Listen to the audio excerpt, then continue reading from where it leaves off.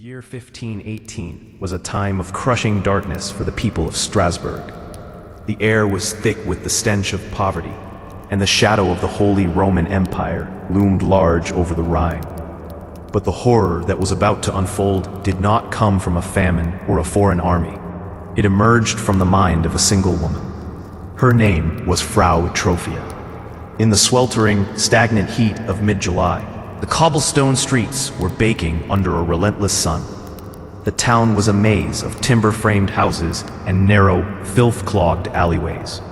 Suddenly, without warning or provocation, Frau Trophia stepped out from her threshold. She did not speak. She did not cry out. She simply began to move. To an observer, it might have looked like a jig, but there was no music. There was no flute, no drum, and no celebration. There was only the rhythmic, haunting thud of her leather shoes against the uneven stones. Hours passed. The sun reached its zenith and began to dip toward the horizon, casting long, skeletal shadows across the square. Yet Frau Trophea continued. Her movements were jerky, almost mechanical, as if her limbs were being pulled by invisible, frantic puppet strings. Her skin turned a ghostly shade of gray, slicked with a layer of oily sweat that glistened in the twilight.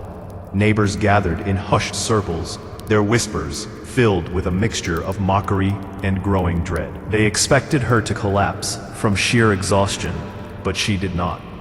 Even as the stars appeared in the black sky above the cathedral, she remained in the street, her body swaying in a silent, agonizing loop. By the second day, the spectacle had turned from a curiosity into a nightmare. Frau Trophea's face was no longer the face of a neighbor. It was a mask of pure, haunting exhaustion. Her eyes were wide, bloodshot, and fixed on a point in the distance that no one else could see.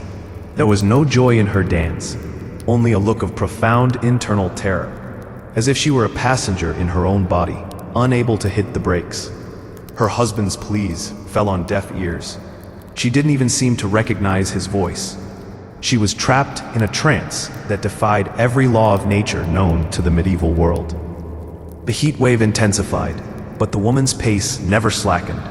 By the third day, the physical toll became visible. Her shoes had worn through, and the raw flesh of her feet began to leave faint crimson smears on the cobblestones. Each step must have been like treading on broken glass, yet she continued to leap and twirl. The patient zero of Strasbourg had become a living corpse, fueled by a terrifying, invisible adrenaline. The local priests began to gather, clutching their crucifixes and muttering prayers against demonic possession. But the heavens remained silent. Then, the unthinkable happened. The madness proved to be contagious. By the end of the first week, the lone dancer was no longer alone. One by one, onlookers who had come to gape at her misery found their own feet beginning to twitch. A young blacksmith, a weary mother, a beggar from the church steps, they all stepped into the rhythm. Within 7 days, 34 others had joined Frau Trophia in her macabre marathon. The narrow street was now a sea of flailing limbs and ragged breathing. They were driven by an invisible force that refused to let them rest. Their movements were perfectly synchronized in their chaos, a choir of the damned dancing on the edge of the abyss. As their feet bled and their hearts strained to the point of bursting, the city of Strasbourg realized that this was not a simple sickness. This was an invasion of the mind, a viral madness that was just beginning to feast on the town's collective soul. As the second week dawned, the cobblestone alleyways of Strasbourg transformed into a stage for a grotesque tragedy. The initial shock had worn off, replaced by a cold, paralyzing panic that gripped the city's heart. Frau Trophia, the woman who had ignited this fire, was now a hollow shell of a human being. Her dress was shredded, her hair matted with grime and salt, yet her legs continued to pump with a relentless, terrifying energy. She was no longer a person. She was the heartbeat of an epidemic. The spread of the dancing plague defied all medical logic of the 16th century. It wasn't like the Black Death, which moved through the breath or the bite of a flea. This was a visual contagion. Those who stood too long watching the rhythmic, agonizing swaying of the victims found themselves falling into the same trance. It was as if the rhythmic thud of feet against the earth created a frequency that shattered the human will. A sense of mass psychogenic illness began to take hold, where the collective trauma of the town, fueled by years of failed harvests and the constant threat of syphilis, finally snapped. The physical state of the 34 dancers was now beyond horrific. Because they refused to eat or drink, their bodies began to consume themselves. Their muscles, pushed far beyond the limits of human endurance, started to tear and seize. Yet even as they screamed in silent agony, their feet would not stop. The invisible force that Frau Trophea had first summoned seemed to have gained strength with every new recruit. The streets echoed with the sound of dragging heels and heavy, ragged gasps for air. The authorities, desperate and confused, sought the counsel of the city's most learned physicians. In a world before the understanding of neurology or psychology, these doctors turned to the only science they knew, the four humors. They concluded that the dancers were suffering from hot blood, a condition where the blood became overheated in the brain, causing a frenzy. Their solution, however, would go down as one of the most disastrous medical decisions in history. Instead of restraining the victims or placing them in quiet rooms, they decided the only way to cure the plague was for the victims to dance it out. To facilitate this, the city council cleared large open spaces. They didn't just allow the dancing, they encouraged it. They believed that if the victims danced day and night without interruption, the hot blood would eventually cool, and the frenzy would subside. It was a logic born of desperation and ignorance, and it turned the streets of Strasbourg into a literal slaughterhouse of exhaustion. Guild halls were opened, and grain markets were cleared to make room for the ever-growing crowd of the afflicted. By now, the number had surpassed 50, then 60. Men and women who had been upstanding citizens days before were now clawing at their own clothes. Their eyes rolled back into their heads, dancing until their joints popped and their tendons snapped. The city was no longer a place of commerce. It was a rhythmic asylum where the only currency was movement and the only end was collapse. The most chilling aspect was the lack of music. For the first few days, they danced in a heavy, oppressive silence, broken only by the shuffling of feet. But as the hot blood theory took over, the city hired professional pipers and drummers. They believed that a steady, upbeat tempo would help the dancers find a rhythm of recovery. Instead, the music acted like fuel on a wildfire. The drums provided a heartbeat for the madness, synchronizing the victims into a singular, pulsing organism of death. Frau Trophea was lost somewhere in the middle of this surging crowd, her feet now nothing more than raw, bloody stumps, yet she remained upright, a haunting monument to the power of a broken mind. By the peak of the second week, the atmosphere in Strasbourg had shifted from a medical crisis to a supernatural nightmare. The sun continued to beat down with a merciless intensity, turning the dancing plazas into furnaces of human misery. Frau Trophea had finally been taken away by the authorities, not to a hospital, but on a grueling pilgrimage to a shrine in the mountains. But her departure did nothing to quell the fire she had started. The patient zero was gone, but the viral rhythm she unleashed was now self-sustaining, feeding on the fear and spiritual exhaustion of a population that believed the world was ending. The city's experiment with active recovery reached its most horrific conclusion. Under the shadow of the great Strasbourg Cathedral, the professional musicians played their pipes and hammered their drums with a desperate, frantic energy.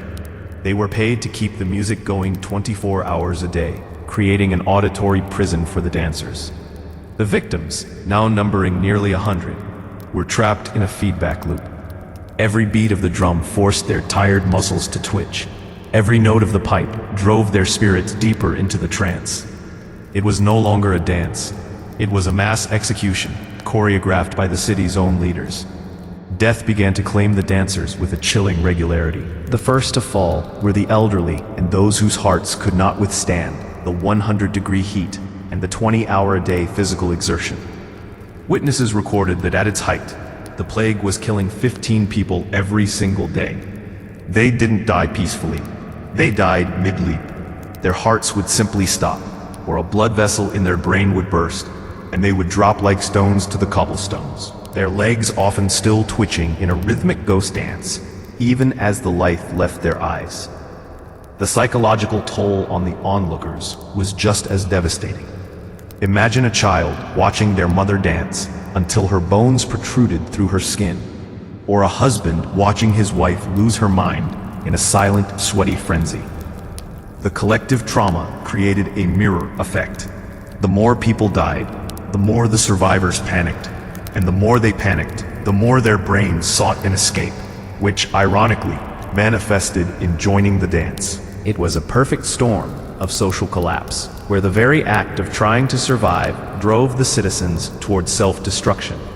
As the hot blood theory failed and the piles of corpses grew too large to ignore, the city council finally realized their error. They realized that the music wasn't a cure.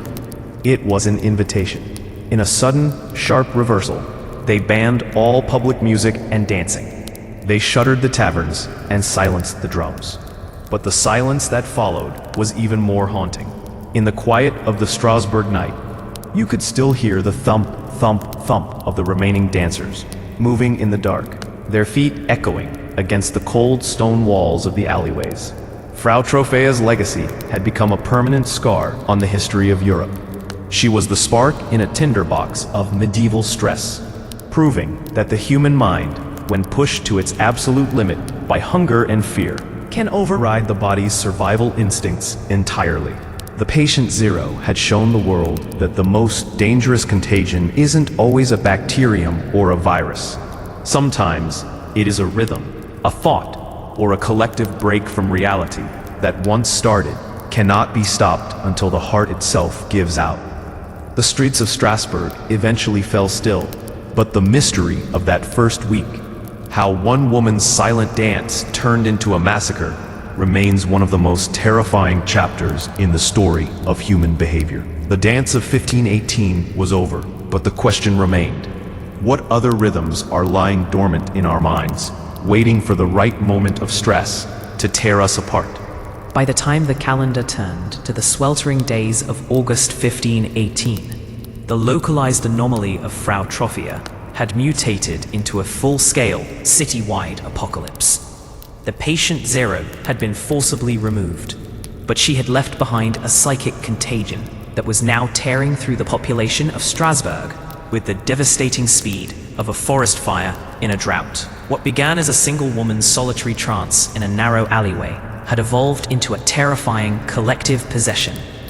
The number of dancers had swelled from a handful of curious onlookers to a staggering crowd of over 400 victims, creating a spectacle of human suffering that defied every boundary of social class, age, and physical capability. The viral outbreak of madness was no longer confined to the shadows. It spilled out of the cramped residential quarters and flooded into the grand plazas, the bustling markets, and even the hallowed ground surrounding the great Strasbourg Cathedral. This was a macabre ritual that claimed its victims with a chilling lack of prejudice. In the middle of the surging, sweating crowds, one could see noblemen in their fine, embroidered silks, twitching and jerking alongside beggars dressed in filthy rags. Wealth provided no immunity. Status offered no shield. Even children, whose small and fragile frames were never meant for such extreme physical exertion, were caught in the same rhythmic trap as hardened laborers and veteran soldiers. It was a cruel, democratic leveling of society, a death sentence that turned the entire city into a stage for a non-stop marathon of human endurance. The atmosphere in Strasbourg during that cursed August was suffocating, both physically and spiritually. A brutal heatwave had settled over the Rhine Valley, showing no signs of breaking. The air was thick and stagnant, filled with a discordant and haunting symphony of heavy, ragged breathing. The pungent smell of rotting flesh from the dancers' feet, and the endless, rhythmic clack, clack, clack of leather and bone hitting the sun-baked stones. Commerce, the very lifeblood of the city, had ground to a complete and total halt. The blacksmith's hammers, once a symbol of the city's industry, were silent. The baker's ovens, which fed the hungry, had grown cold, as the workers were either dancing or too terrified to step outside. The streets were no longer arteries of trade or corridors of conversation. They had been occupied by a sea of moving bodies, hundreds of people trapped in a biological and psychological breakdown that was happening in real time before the disbelieving eyes of the world. The city's authorities, the powerful council of XXX, who governed Strasbourg with a firm hand, were utterly baffled and paralyzed by fear. In their long and storied history of managing devastating floods, crushing famines, and violent political riots, they had never encountered an enemy quite like this. You couldn't see this enemy. You couldn't arrest it in the middle of the night, and you certainly couldn't negotiate terms of surrender with it. This wasn't a political rebellion sparked by a charismatic leader, nor was it a religious cult performing a forbidden or heretical rite in the woods. It was something far more primal, far more terrifying. It was as if the very hardware of the human brain had been corrupted by a lethal glitch in the cosmic order. From their high, arched windows in the town hall, the council members watched in stunned silence as their citizens danced themselves toward the grave. The faces of the dancers were not twisted in joy or religious ecstasy, but in a look of profound, localized horror, their eyes wide and pleading, even as their legs refused to stop their frantic, murderous pace. This was not a choice. It was a biological hijack. The viral nature of the madness suggested that the sight of the dancing itself acted as the primary vector for transmission. The more people gathered to watch the horror, the more victims the plague claimed. It was a psychological feedback loop of the highest order. The collective trauma of the town, years of failed harvests, the terrifying rise of the great pox, syphilis, and a deep-seated fear of supernatural punishment had created a tinderbox. Frau Trophia had simply been the spark. Now, the fire was consuming everyone in its path, turning a prosperous medieval center into a rhythmic asylum of despair.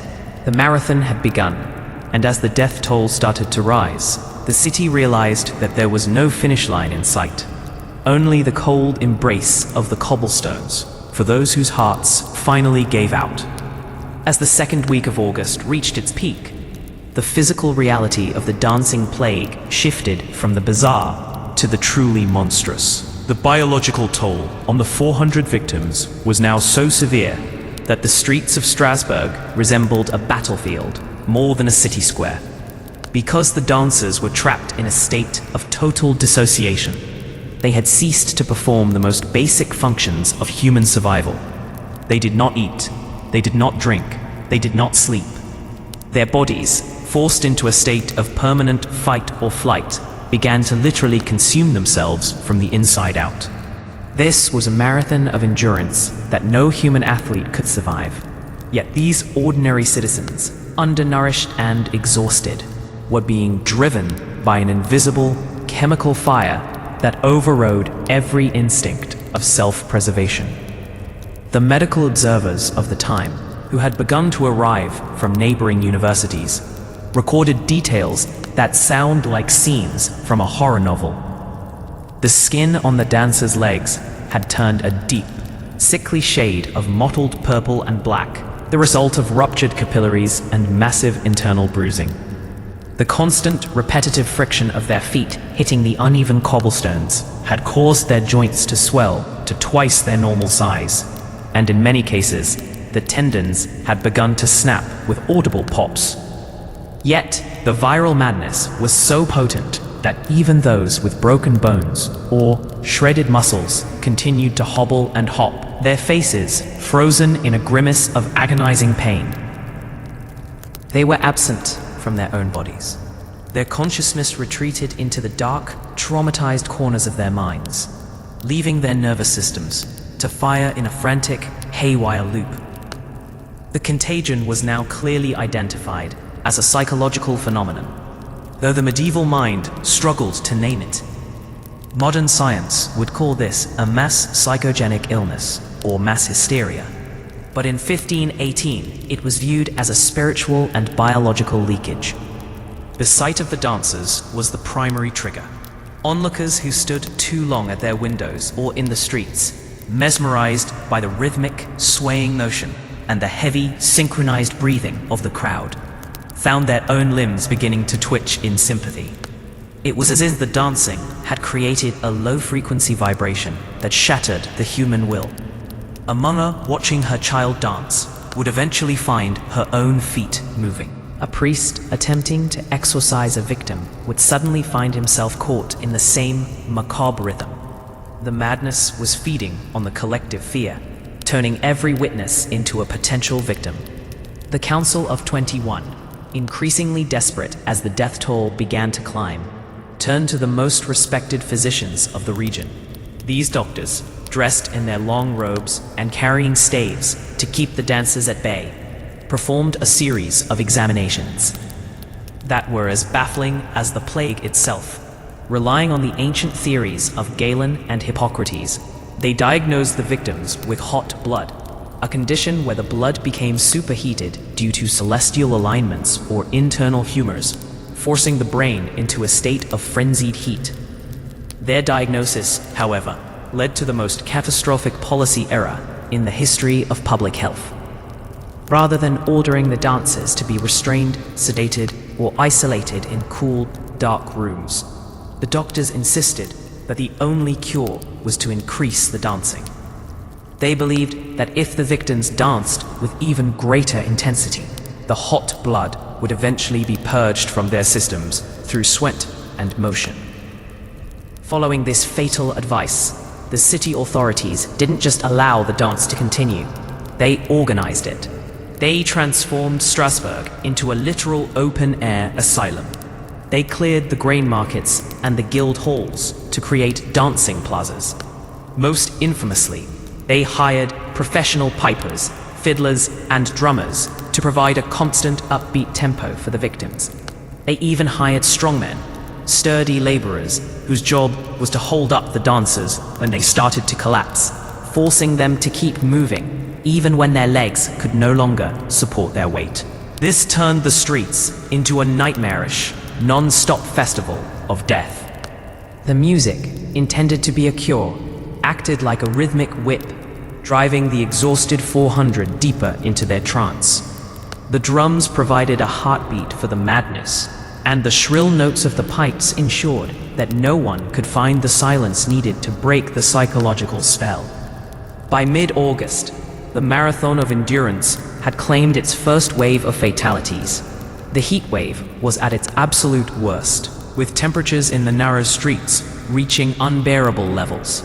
Under the relentless sun and the constant prodding of the hired musicians, the dancers began to drop. They didn't fall gracefully. They collapsed mid-stride, their hearts exploding from the strain, or their brains hemorrhaging from the heat. Witnesses reported that as many as 15 people were dying every single day. The carrion crews hired by the city were now working around the clock, dragging the cooling corpses out of the dancing circles to make room for the new victims who were constantly being drawn in by the music and the madness. The city of Strasbourg had become a machine that consumed its own people, a biological breakdown happening in a feedback loop of drums, sweat, and blood. By the final week of August 1518, the viral outbreak of madness had reached its terrifying zenith, pushing the city of Strasbourg to the absolute brink of total social and structural collapse. The streets were no longer recognizable as a center of human civilization. They had become a labyrinth of the damned. The 400 victims, or those among them who had not yet been carted away in the death wagons, had entered a state of physical degradation that horrified even the most battle-hardened soldiers. Their eyes were sunken so deep into their skulls they looked like hollow sockets, and their lips were cracked and blackened from dehydration. Yet, fueled by a primal, haywire surge of neurochemicals, they continued their frantic, rhythmic marathon. The biological breakdown was now complete. The mind had entirely abandoned the body, leaving behind a collection of autonomous, dancing corpses. The streets of commerce had been fully replaced by the architecture of the macabre. The terrifying, non-stop marathon of human endurance had turned the city's economy into a ghost. The legendary markets of Strasbourg, which usually hummed with the trade of wine, grain, and cloth from across Europe, were silent and empty, save for the rhythmic dragging a seat. Fear had become the only commodity. Those who were not yet afflicted by the dancing plague shuttered themselves inside their homes, bolting their doors and covering their windows with heavy cloth. They were afraid to even look at the street, fearing that the mere sight of the swaying crowds would be enough to pull them into the fatal rhythm. This was a psychological quarantine, born of the realization that their neighbors were no longer humans, but vectors of a terrifying, invisible force. The full-scale epidemic was now a crisis of the soul. The city authorities, realizing that their dance it out policy was not only failing, but actively murdering their citizens, finally succumbed to a state of total bafflement. The Council of 20 Etsai held emergency sessions in rooms where the sound of the drums from the plazas below leaked through the walls like a mocking heartbeat. They began to realize that this wasn't just a medical failure. It was a total collapse of the medieval order. If the church couldn't pray it away, and the doctors couldn't bleed it away, then the very foundations of their world were flawed.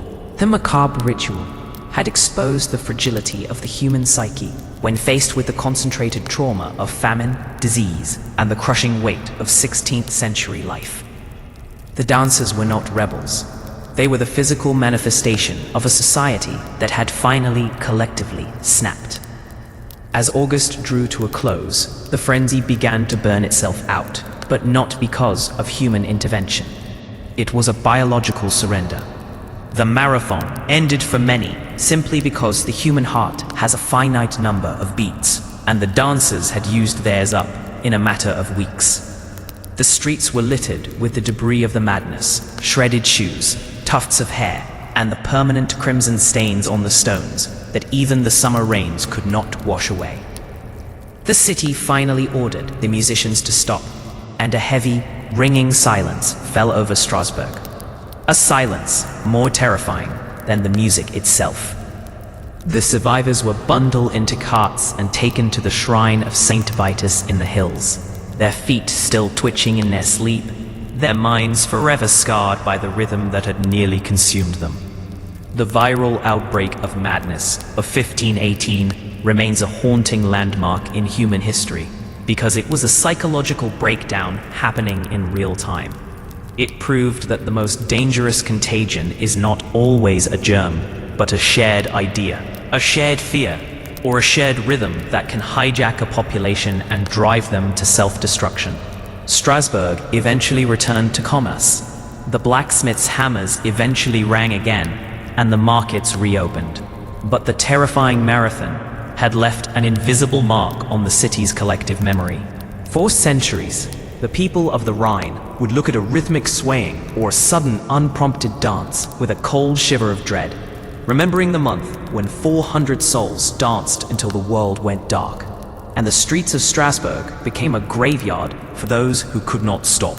By the third week of the crisis, the city of Strasbourg was no longer just a victim of a mysterious plague. It became a victim of its own leadership's staggering incompetence. The Council of 21, the ruling body of the city, found themselves standing at a crossroads of history, torn between ancient superstition and the primitive medical theories of the 16th century. The air in the council chambers was thick with the scent of beeswax and the nervous sweat of powerful men who realized they were losing control of their city. They turned to the only people they believed held the keys to the universe, the elite physicians of the local universities and the high-ranking priests of the cathedral. However, instead of providing a cure, these elites would unknowingly sign the death warrants of hundreds. The physicians of 1518 were not men of modern science. They were followers of the ancient theory of humorism. After observing the frantic, jerking movements of the afflicted, they concluded that the dancers were not possessed by demons, nor were they suffering from a typical fever. Instead, they diagnosed the dancing plague as a manifestation of hot blood. According to their logic, the victims' blood had become superheated within their veins, creating a chemical frenzy in the brain that forced the body into involuntary motion. In a rational world, the treatment for hot anything would be cooling, rest, ice, and quiet. But the elite logic of the time took a bizarre and catastrophic turn. They believed that the only way to cool the blood was to let it burn itself out through more motion. They proposed that if the victims were encouraged to dance even harder and longer, the heat would eventually dissipate through their sweat and breath. This fatal prescription was the spark that turned a psychological crisis into a physical massacre. The city authorities, desperate for any solution, embraced this theory with terrifying efficiency. They didn't just allow the dancing, they institutionalized it. The elites made a decision that sounds like a descent into madness. They decided to facilitate the plague. To help the victims dance it out, they commissioned the construction of massive wooden stages in the center of the city, most notably in the horse market and near the cathedral. These weren't stages for a festival. They were platforms for an execution by exhaustion. By providing a dedicated space for the madness, they signaled to the entire population that the dancing was not something to be feared or stopped, but something to be performed until the very end. The most chilling aspect of this elite intervention was the hiring of professional musicians. The city paid top guild wages to pipers, fiddlers, and drummers to provide a non-stop, high-energy soundtrack for the dying. The logic was that a steady, upbeat rhythm would help the dancers sync their movements and expend their hot blood more efficiently. In reality, they were building a rhythmic furnace. The shrill, piercing notes of the pipes and the heavy, booming heartbeat of the drums echoed through the narrow streets of Strasbourg, creating an auditory trap. For the dancers, who were already in a state of sensory overload and psychological dissociation, the music acted as a lethal stimulant. It was no longer a dance. It was a forced march to the grave, conducted by the city's finest musicians, under the orders of its most respected minds. To ensure that the therapy never stopped, the council went even further. They hired strongmen, sturdy laborers, and mercenaries whose sole job was to mingle with the crowd of dancers. When a victim's legs would buckle from sheer fatigue, or when their heart began to falter, these strongmen would catch them, pull them back to their feet, and force them to continue moving. They were effectively human scaffolding for a dying population. This meant that the dancers were denied the one thing their bodies desperately needed: collapse. By keeping them upright and moving, the elites ensured that the victims would dance until their internal organs literally failed. The city had created a machine of perpetual motion, a macabre assembly line where the raw material was human life and the final product was a corpse. As the musicians began their frantic work and the wooden stages groaned under the weight of hundreds of feet, the fatal prescription entered its deadliest phase. The scorching August sun was now a weapon of mass destruction. In the narrow plazas of Strasbourg, the heat was trapped by the towering timber-framed buildings, creating a literal pressure cooker. Under this blinding, relentless glare, the elite's decision to keep the victims moving turned the city into a slaughterhouse. This was no longer a medical experiment. It was a massacre, authorized by the highest offices of the land. The massacre manifested in the most brutal physical ways imaginable. Because the physicians had prescribed more movement, the victims were pushed far beyond the red line of human biology. As the temperatures climbed toward 100 degrees, the dancers' internal body temperatures soared to feverish levels.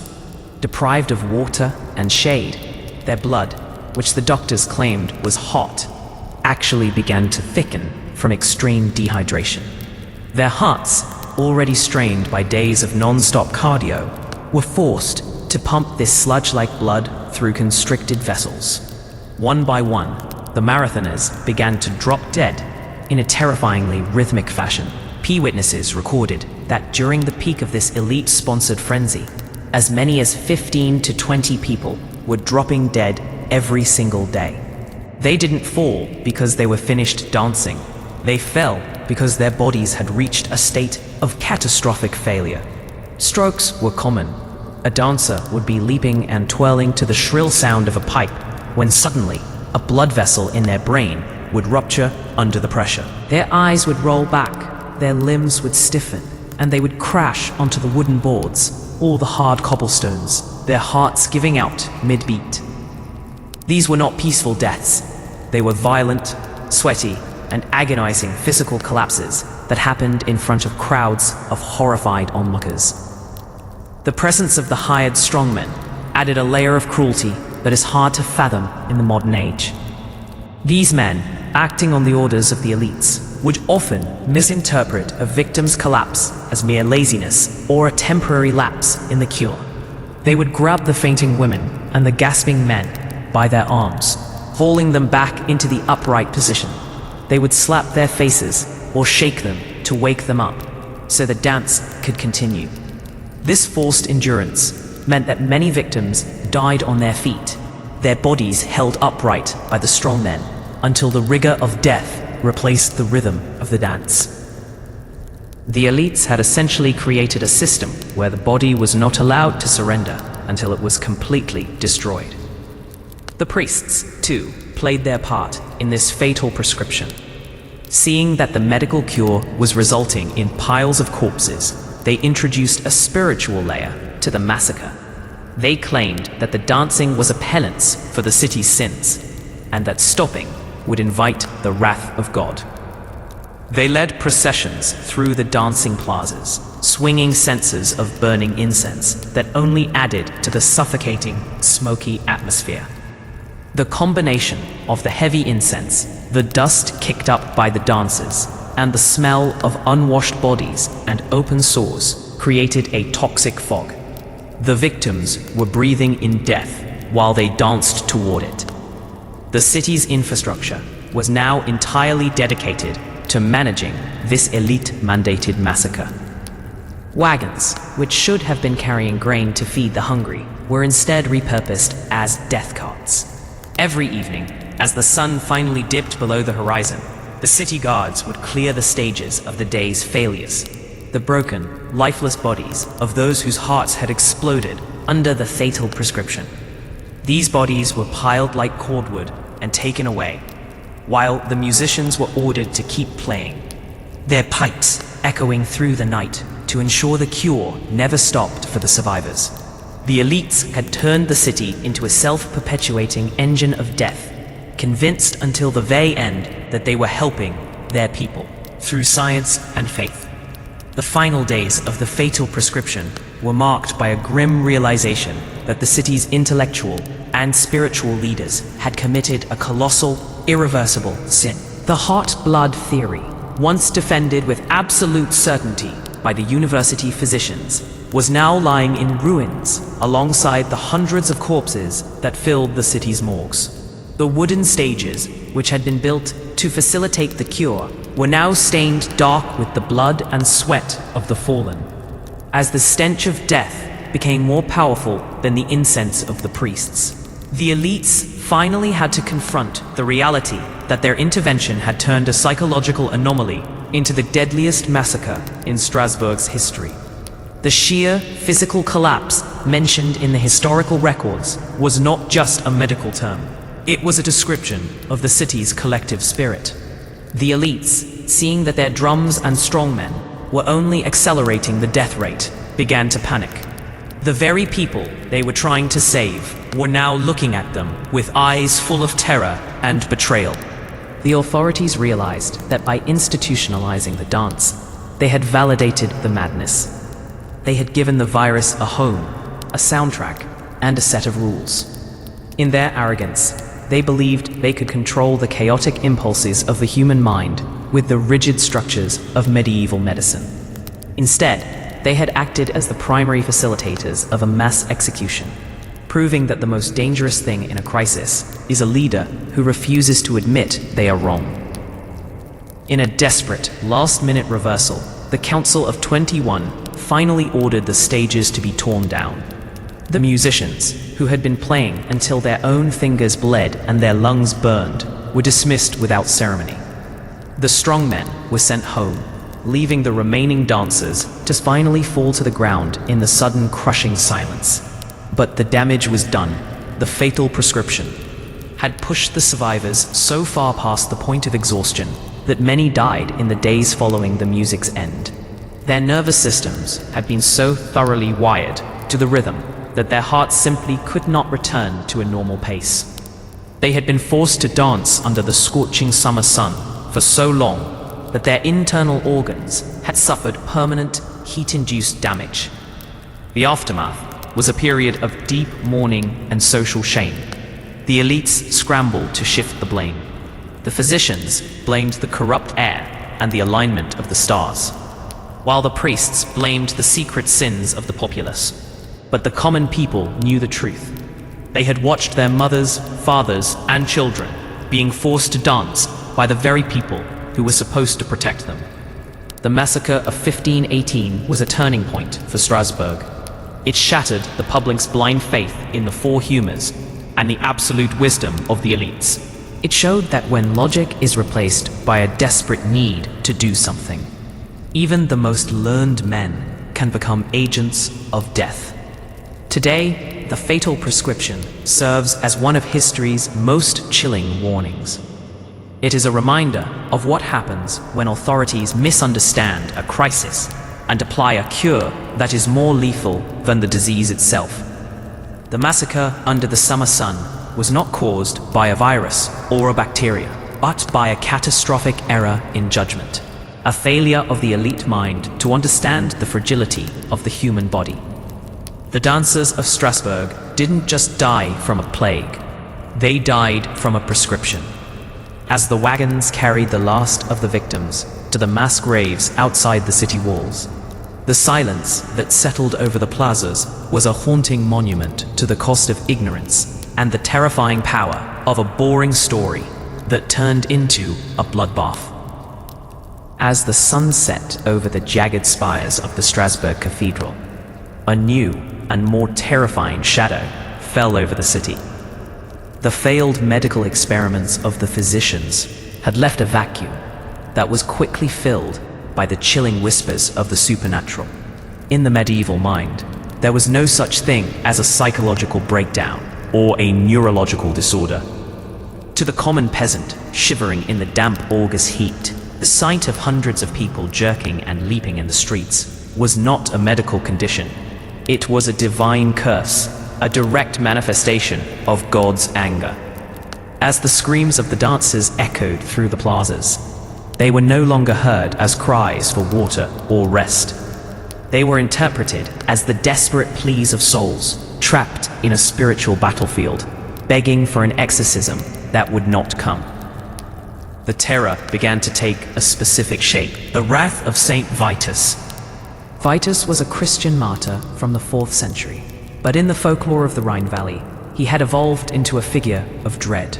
It was believed that Saint Vitus possessed the power to cast dancing spells upon the unholy, the sinners, and those who neglected his feast days. The legend claimed that he would strike the wicked with a trembling frenzy, forcing them to dance until they repented or died. To the terrified populace of Strasbourg, the 400 dancers were not victims of a plague. They were the targets of a saint's holy vengeance. This belief transformed the city from a medical ward into a site of religious hysteria, where every twitch of a limb was seen as proof of hidden sin. The church, sensing its own authority slipping as the death toll mounted, scrambled to regain control of the narrative. The priests and bishops could not admit that they were as baffled as the doctors. Instead, they leaned into the superstition. They declared that the dancing plague was a collective punishment for the city's moral decay, its greed, its gluttony, and its failure to show proper devotion. The atmosphere in the city became thick with the scent of burning frankincense and the rhythmic chanting of Latin prayers, which mixed discordantly with the thump, thump, thump of the dancers' feet. Religion and superstition collided with a violent force, creating a social environment where fear was the only law. The screams of the dancers became the soundtrack of the city's spiritual crisis. People would stand in the doorways, clutching wooden crucifixes, watching their own neighbors dance with eyes rolled back, foam bubbling at their lips. Every time a dancer collapsed, the crowd would murmur that the demon had finally been satiated, only to gasp in horror when a new victim would suddenly scream and begin the macabre rhythm. There was a belief that the dance was a form of Saint Vitus's dance, Sydenham's career, but on a supernatural scale that no prayer could silence. The church's failure to stop the dance led to even more radical spiritual cures, as the elites and the clergy decided that if the dancers were cursed, they must be taken to the source of the saint's power for a final, desperate cleansing. The culmination of this religious frenzy was the organization of mass pilgrimages. The city council, under the heavy influence of the clergy, decided that the dancers must be moved out of the city and taken to the grotto of St. Vitus in the nearby Vosges Mountains. This was not a journey of mercy, but a grueling forced march of the afflicted. Hundreds of dancers, many with raw and infected feet, were loaded into wagons or forced to hobble along the mountain paths. The church believed that only by physically bringing the victims to the saint's shrine could the spell be broken. But this journey would only add another layer of horror to the massacre, as the wrath of St. Vitus claimed more lives on the road than it ever did in the city squares. The religious response to the dancing plague of 1518 soon evolved from simple prayer into a series of bizarre and haunting rituals that would define the era's desperation, as the medical cure of the physicians had only resulted in more corpses. The church took absolute command of the crisis, turning the streets of Strasbourg into a theater of the occult. The centerpiece of this spiritual warfare was the creation of a ritual so specific and strange that it has lingered in European folklore for centuries: the blessing of the red shoes. The clergy, in their infinite and terrified imagination, decided that since the dancing spell was a physical manifestation of a curse, it required a physical container to hold the grace of St. Vitus. They commissioned the city's cobblers to work day and night to produce hundreds of small, distinctive shoes made of red leather. These were not mere footwear. They were intended to be spiritual shackles. Before being placed on the raw, bleeding feet of the dancers, these shoes were brought to the high altar of the cathedral.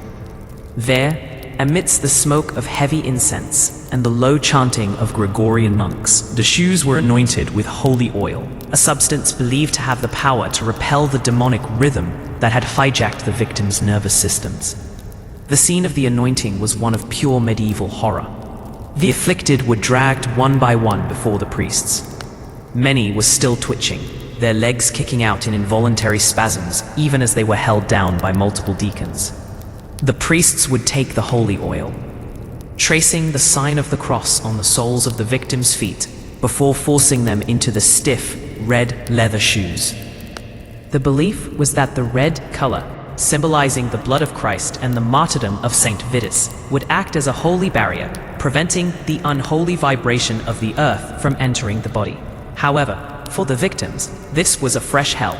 The stiff leather pressed against their open sores and infected wounds, and the ceremony itself, filled with shouting and the splashing of holy water, only served to heighten their psychological trauma, driving their mass hysteria to even greater heights. As the red-shod dancers were prepared, the religion and superstition of the time merged into a final, desperate act: the forced pilgrimage to the shrine of St. Vitus at Saverne. This was a journey of nearly 25 miles into the rugged mountains. The church elites believed that the wrath of St. Vitus could only be calmed at the sight of his own relics. The procession was a sight that would haunt the Rhine Valley for generations. Hundreds of people, their feet encased in the blessed red shoes, were herded like cattle along the rocky mountain paths. The sound of their rhythmic shuffling was accompanied by the monotonous chanting of Kyrie eleison, Lord have mercy, from the monks who led the way, holding high the golden relics of the saint. The pilgrims were not allowed to stop. The priests believed that the dance was a frenzy of the soul that had to be physically carried to the altar.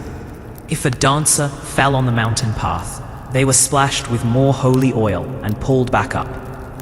The screams of the dancers echoed off the canyon walls, mixing with the prayers of the faithful who lined the roads to watch this army of the cursed pass by. To the onlookers, these victims were no longer their friends or family. They were vessels of sin, being taken to the divine furnace for cleansing. The red shoes, meant to be a blessing, became a symbol of their public shaming, a mark that they were the ones chosen to carry the weight of the city's collective guilt.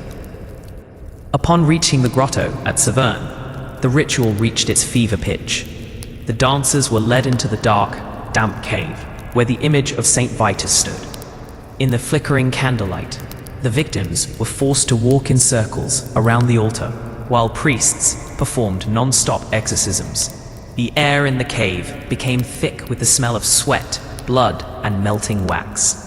This was the ultimate collision of faith and fear. The church was gambling its entire reputation on this single act of spiritual intervention. They believed that by the power of the red shoes and the holy oil, the saint would finally withdraw his wrath and allow the rhythm to die. But as the first night in the grotto began, the dancers showed no signs of stopping. They continued to twirl in the darkness, their red shoes clattering against the cold stone floor, a terrifying reminder that some fires cannot be extinguished by holy water alone. The final act of the religious intervention at the shrine of Saint Vitus was a haunting display of spiritual desperation. Inside the cramped, torch-lit grotto at Saverne, the atmosphere had become a suffocating mix of divine hope and primal terror. The victims, their feet encased in the ritualistic red shoes, were forced to stand before the altar. The priests, exhausted and wild-eyed from days of non-stop ritual, began the final stage of the cleansing. They didn't just pray. They performed an industrial-style exorcism. They believed that the wrath of Saint Vitus was a physical entity that could be commanded to leave the flesh through the combined power of holy relics and the physical exhaustion of the host. Screams of the dancers reached a crescendo inside the cavernous walls. As the holy oil was poured over their heads and their red shoes clattered against the stone, many victims entered a state of total catatonia. The church interpreted this as the demon leaving the body, but in reality, it was the final flickering of the human nervous system. Under the flickering light of 1,000 votive candles, the dancers were led in slow, agonizing circles around the saint's image. Those who survived the march and the ritual were finally allowed to collapse. They were laid out on the cold floor of the shrine, their red shoes finally still, as the priests declared the curse broken. For many, this peace was permanent. They never woke from their exhaustion. This collision of religion and superstition left a deep, permanent scar on the medieval psyche. While the church claimed victory, declaring that the pilgrimage had appeased the wrath of the saint, the city of Strasbourg remained a traumatized shell. The mass pilgrimages had not functioned as a medical cure, but as a psychological reset button. By moving the victims out of the city and framing the event as a spiritual journey, the authorities had successfully broken the feedback loop of the mass hysteria. The visual trigger, the sight of hundreds dancing in the streets, was gone, and with it, the viral spread of the madness began to fade.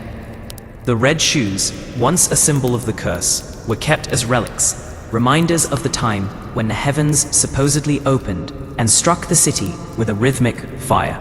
However, the aftermath revealed a darker truth about the fatal prescription of faith. The survivors who returned from the mountain were broken people. Their minds had been shattered by the belief that they were unholy enough to be cursed by a saint. The exorcism had saved their bodies, but left their spirits in ruins. The church had successfully regained control over the population by using fear as a tool of governance, reinforcing the idea that any social or psychological breakdown was a matter for the altar, not the apothecary. The wrath of Saint Vitus became a ghost story used to keep the Rhine Valley in check for centuries to come, a warning that the rhythm of the soul must always be in sync with the rhythm of the church. The dancing plague of 1518 eventually flickered out, leaving the streets of Strasbourg silent and the red shoes of Saverne to gather dust. But the mystery of the divine curse remains a chilling case study in how human beings process tragedy. When science fails, we turn to the supernatural. When medicine collapses, we turn to the red shoes and holy oil. The screams may have stopped, but the memory of the macabre ritual in the mountains still echoes through history. A reminder of the time when religion scrambled to contain a madness that it did not understand, and a city was forced to dance its way to the edge of eternity to satisfy the perceived wrath of a silent martyr. 5 centuries have drifted past since the stones of Strasbourg fell silent. Yet, modern science still looks back at the sweltering summer of 1518 with a mixture of clinical skepticism and profound horror. The narrow, blood-stained alleyways of the Rhine Valley have become one of history's most baffling cold cases, a puzzle that challenges the boundaries of neurology, toxicology, and social psychology. As we peer through the lens of modern medicine, the central mystery remains. What invisible force could seize the motor functions of 400 people and drive them to a rhythmic, agonizing death? Today, the intellectual battlefield is divided between 2 primary camps. The first looks toward a natural, chemical culprit hidden within the very lifeblood of the medieval diet, a terrifying phenomenon known as ergotism. Ergotism, or what the medieval world called St. Anthony's fire, is not a myth, but a biological reality. It is caused by a parasitic fungus known as Claviceps purpurea, a toxic mold that thrives on damp rye, which was the staple grain for the poor in 16th century Europe. When the conditions are right, usually a damp, cool spring followed by a hot, humid summer, this fungus replaces the grain with a dark, hardened mass called an ergot. When this contaminated grain is harvested and milled into flour, it releases a cocktail of powerful alkaloids, most notably ergotamine. Chemically, this substance is a precursor to lysergic acid diethylamide, better known in the modern world as the hallucinogenic drug LSD. Scientists supporting this theory argue that the citizens of Strasbourg were the victims of a massive, accidental poisoning. They suggest that the dancing plague was actually a citywide bad trip, where the ingestion of toxic bread triggered violent convulsions, vivid hallucinations, and involuntary muscle spasms. To a medieval onlooker, these jerky, frantic movements would have been easily misinterpreted as a wild, uncoordinated dance. However, when modern neurologists scrutinize the ergotism theory, they encounter significant biological inconsistencies. While ergot poisoning certainly causes spasms and hallucinations, it is also a powerful vasoconstrictor. It restricts the flow of blood to the extremities, often leading to agonizing pain, gangrene, and the eventual rotting and loss of fingers and toes. It is highly improbable that individuals suffering from the excruciating pain of ergotism would be capable of the sustained, coordinated, and rhythmic movement seen in Strasbourg. Furthermore, ergotism usually leaves its victims writhing on the ground in agony, not performing a weeks-long marathon of leaping and twirling. This leads the second camp of researchers, led by prominent medical historians like John Waller, toward a far more disturbing and purely psychological explanation: the ultimate mass sarcogenic illness. Unlike a bacterial infection or a chemical toxin, A mass psychogenic illness is a contagion of the mind. It is a phenomenon where extreme, prolonged collective stress manifests as physical symptoms within a population. To understand this theory, we must look at Strasbourg not as a city, but as a pressure cooker of human trauma. By 1518, the city was a place pushed beyond the limits of human endurance. It was a population already decimated by the English sweat, a mysterious and lethal flu-like disease. They were living through the highest grain prices in generations, facing literal starvation. On top of this, the terrifying arrival of syphilis, a new and horrific disease, had shattered their sense of security. Historians believe that this collective trauma finally caused the mental architecture of the citizens to snap. The dancing plague was not a result of a fungus, but a synchronized, hysterical explosion of movement, a rhythmic scream of a society that could no longer handle the weight of its own existence. In this psychogenic scenario, the dance was a dissociative state, when the human mind is subjected to unbearable levels of cortisol and adrenaline over years of survival mode living. It can enter a state of trance as a desperate escape mechanism. Frau Trophäa was merely the spark that hit the tinderbox. Because the medieval culture was already primed with the folklore of Saint Vitus's curse, their broken minds adopted that specific template for their breakdown. They didn't just collapse, they danced because the dance was the only cultural language they had to express their inner chaos. It was a viral mental breakdown where the sight of one person dancing acted as a visual trigger for others who were also on the brink of collapse. This was a biological surrender where the brain, unable to process the horror of reality, chose to dance itself into the darkness of oblivion. The second dimension of this scientific debate moves away from the stomach and into the deepest, darkest corridors of the human subconscious. To understand why 400 people would join a fatal dance, we must examine the specific psychological landscape of 1518. Modern psychology recognizes that mass psychogenic illness does not happen in a vacuum. It requires a primed population. The citizens of Strasbourg were not just physically starving, they were spiritually and mentally bankrupt. Years of catastrophic harvests had turned the bread into a luxury, and the constant threat of the Great Pox, syphilis, had turned the act of human connection into a source of terror. When historians look at this era, they see a society suffering from what we now call collective post-traumatic stress disorder, CPTSD. This environment made the human brain uniquely vulnerable to what scientists call social contagion. In a state of extreme, chronic fear, the brain's prefrontal cortex, the area responsible for logic, reason, and self-control, effectively begins to shut down. This allows the more primitive parts of the brain, like the basal ganglia and the amygdala, to take over. These areas are responsible for repetitive motor habits and the fight or flight response. When Frau Trophäa began her silent, frantic swaying, she wasn't just a woman dancing. She was a visual virus. To a population living on the edge of a nervous breakdown, her movement provided a subconscious release valve.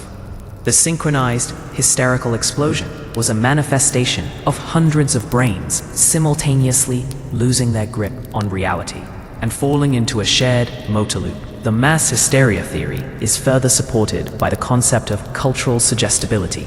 In the modern world, mass hysteria might manifest as a group of students all feeling faint or breathing strangely. But in 1518, the template for a mental breakdown was already written in their religion and folklore. They were terrified of the wrath of Saint Vitus. Because they believed a curse could make them dance, their brains produced the very symptoms they feared. It was a self-fulfilling prophecy on a city-wide scale. Modern neurologists argue that this was a dissociative trance state. The dancers were not conscious of their actions. They were in a waking dream, a hypnotic state where their bodies moved according to a cultural script of divine punishment. This explains why they were able to ignore the excruciating pain of their bleeding feet and the total exhaustion of their muscles. Their brains had simply switched off the pain signals to maintain the trance. Furthermore, we must look at the viral nature of the spread. In 1518, there were no distractions, no internet, no newspapers, no global news. The social media of the time was the town square. When the authorities built the stages and hired musicians, they unintentionally created a theater of madness. By centralizing the dancers and making them a public spectacle, they ensured that every citizen would be exposed to the visual trigger. In the eyes of modern behavioral science, this was a catastrophic failure of herd psychology. The more people danced, the more normal the behavior seemed to the traumatized onlookers, causing the mental virus to jump from person to person. It was a synchronized breakdown where the city itself became a singular, pulsing organism of grief, fueled by the very music that was meant to cure it. This leads to a chilling conclusion about the human condition. Under enough environmental and social pressure, the logic of civilization is nothing more than a thin veneer. The 400 dancers of Strasbourg were a mirror held up to a broken society. They were the canaries in the coal mine, proving that when a population is pushed to the brink by famine, disease, and crushing poverty, the mind will find a way to escape, even if that escape leads directly to the grave. The mass psychogenic illness of 1518 wasn't just a medical event. It was a profound biological protest against an unlivable world. The ultimate resolution between the theories of ergotism and mass hysteria brings us to the most chilling realization of all. The 1518 dancing plague was likely the perfect storm of both biological and psychological failure.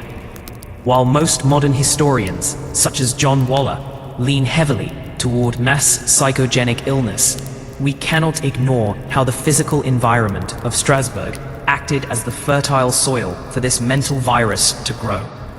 The synchronized, hysterical explosion of movement was the final byproduct of a population whose immune systems were as shattered as their spirits. Whether it was a toxic mold in their bread or a toxic stress in their souls, the result was a total biological surrender that has never been replicated on such a scale. Scientific skepticism regarding ergotism remains strong because of the social behavior of the dancers. Victims of ergot poisoning are usually unable to coordinate complex movements. They are typically incapacitated by burning pain and vomiting. In contrast, the Strasbourg dancers were capable of complex, rhythmic, and high-endurance leaping for days on end. This points directly to a dissociative state, a condition where the brain disconnects from physical pain to cope with a perceived threat or overwhelming trauma. In this state, the brain can release massive amounts of dopamine and endorphins, allowing a person to perform physical feats, like dancing for a week without food, that would be impossible under normal conditions. It was a natural high triggered by an unnatural horror. Strasbourg was a city pushed to the brink, and the dance was its collective heartbeat, finally flatlining. Many historians believe the trauma of the 1518 famine and the English sweat epidemic had created a priming effect. Much like a computer system that has been overloaded with too many commands, the citizens' brains simply locked up. The synchronized nature of the dance, the fact that hundreds were doing it at once, is the hallmark of mirror neuron activity. When we see someone else perform an action, the mirror neurons in our brain fire as if we are doing it ourselves. In a healthy society, this leads to empathy. In a traumatized society like Strasbourg, it led to a chain reaction of madness. Key. The legacy of the 1518 mystery continues to hold modern science because it proves that the human mind is not an island. Our sanity is deeply tethered to the stability of our environment. When the food supply fails, when disease becomes invisible and lethal, and when the authorities lose their way, the logic of the mind can dissolve into the rhythm of the mob. The dancing plague was a physical manifestation of a society's nervous system, finally collapsing under the weight of its own history. It serves as a reminder that we are all susceptible to mass psychogenic events, even in the modern age, if the conditions of fear and uncertainty reach a high enough pitch.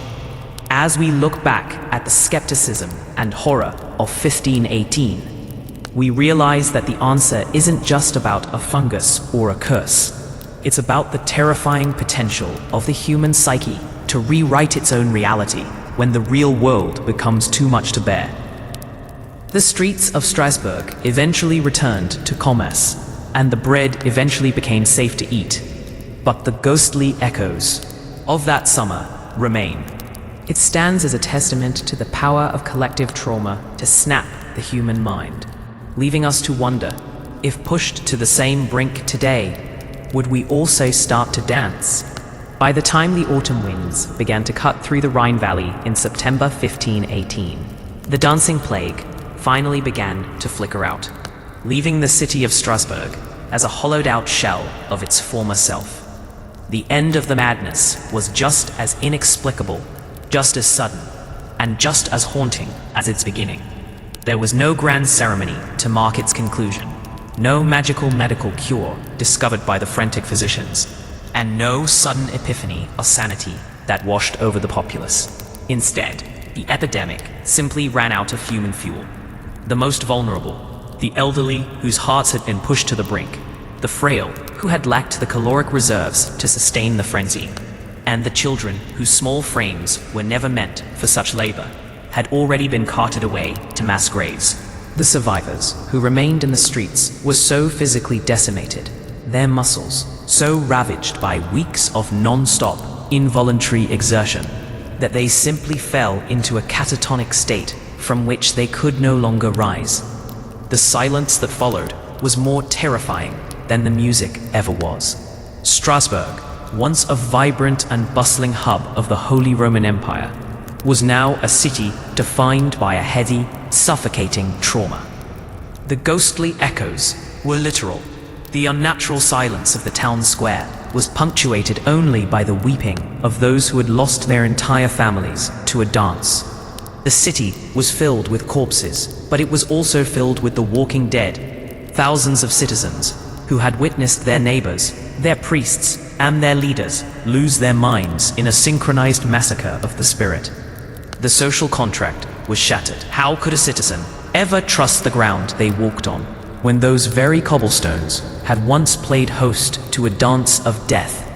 How could they trust a church that had labeled their suffering as a curse, or a government that had hired drummers to accelerate their demise? The historical impact of the 1518 plague was immediate and profound, leaving a scar that would last for centuries. It wasn't just viewed as a medical anomaly or a strange footnote. It was a cultural turning point that forced the European elite to reconsider the nature of the human mind.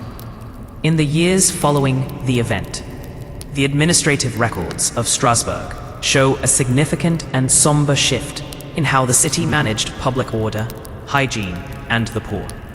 The fatal prescription of the elites became a cautionary tale whispered in the halls of power across the continent. For the common people, the event transitioned from a lived horror into one of history's most chilling, boring stories turned nightmare. What had started as a single woman stepping into a quiet street, a seemingly mundane, even boring act of domestic life, had escalated into a paranormal horror that challenged the very definition of human willpower and biology. It served as the ultimate, gruesome proof of how thin and fragile the veneer of civilization truly is. As the decades turned into centuries, the dancing plague of 1518 took up permanent residence in the dark corners of European history. It transformed from a lived experience into a haunting legend, but its core lessons about the human psyche remained terrifyingly relevant, especially to the modern observer. Modern psychologists and sociologists often point back to Strasbourg as the most extreme and documented example of how fragile the human psyche becomes when faced with extreme stress. In the context of a modern audience, this event is often compared to contemporary social phenomena where collective anxiety manifests in bizarre, synchronized behaviors. The ghostly echoes of those rhythmic footsteps serve as a timeless warning. When a society is pushed to its absolute limit by economic despair, environmental crisis, and a loss of faith in leadership, the mind doesn't just break. It rebels in ways that are both spectacular and suicidal. The trauma left behind in the wake of the 1518 plague created a specialized and dark form of folklore that seeped into the very architecture of the Rhine region.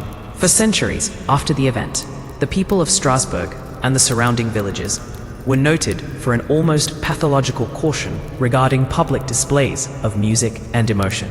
The red shoes associated with the St. Vitus pilgrimage became a permanent symbol of the feet that couldn't stop, eventually appearing in the grim fairy tales of Central Europe. This legacy most famously influenced Hans Christian Andersen's The Red Shoes, the story where the shoes themselves take control of the wearer, forcing them to dance until they beg for their feet to be amputated. But beneath the layers of fairy tales and myths lay a cold, hard biological fact. The human body is a machine that can be hijacked by its own nervous system under the right conditions of trauma and suggestion. The dancing plague remains a unique historical event because it was a synchronized breakdown. It wasn't just one person losing their mind in a vacuum. It was a city's collective consciousness failing all at once, a communal snapping of the internal wires that keep us sane. This event forces us to ask deeply uncomfortable questions about our own modern sanity. We like to believe that because we have advanced science, MRI machines, and a vocabulary for mental health, we are immune to the madness that gripped the people of 1518. But the echoes tell a different story. They remind us that the basal ganglia, a primitive part of the brain that drove the dancers into their trance, is still very much a part of our biological hardware.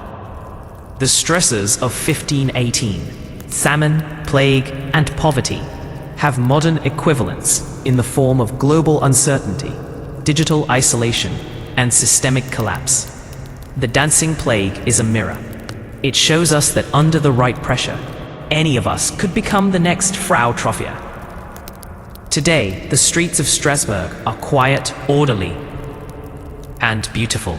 The narrow, timber-framed alleyways where Frau Trophea first stepped out to begin her fatal jig are now filled with the pleasant hum of tourists, the smell of fresh pastry, and the everyday sounds of a modern European city. But for those who know the history, the air still feels heavy near the great cathedral. The dancing plague of 1518 is no longer a physical threat to the city, but it remains a haunting reminder of the invisible forces that govern our internal lives. It stands as a monument to the terrifying power of the mind-body connection, a connection so powerful it can override the heart's basic instinct to survive.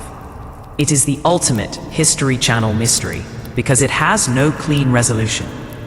It only has survivors and scars. The legacy of the plague is ultimately one of empathy born from horror. When we look back at the boring story of a woman dancing, we realize it wasn't a performance. It was a collective scream for help that the entire world eventually joined. It was a physical manifestation of a society's nervous system finally flatlining after years of being pushed into a corner.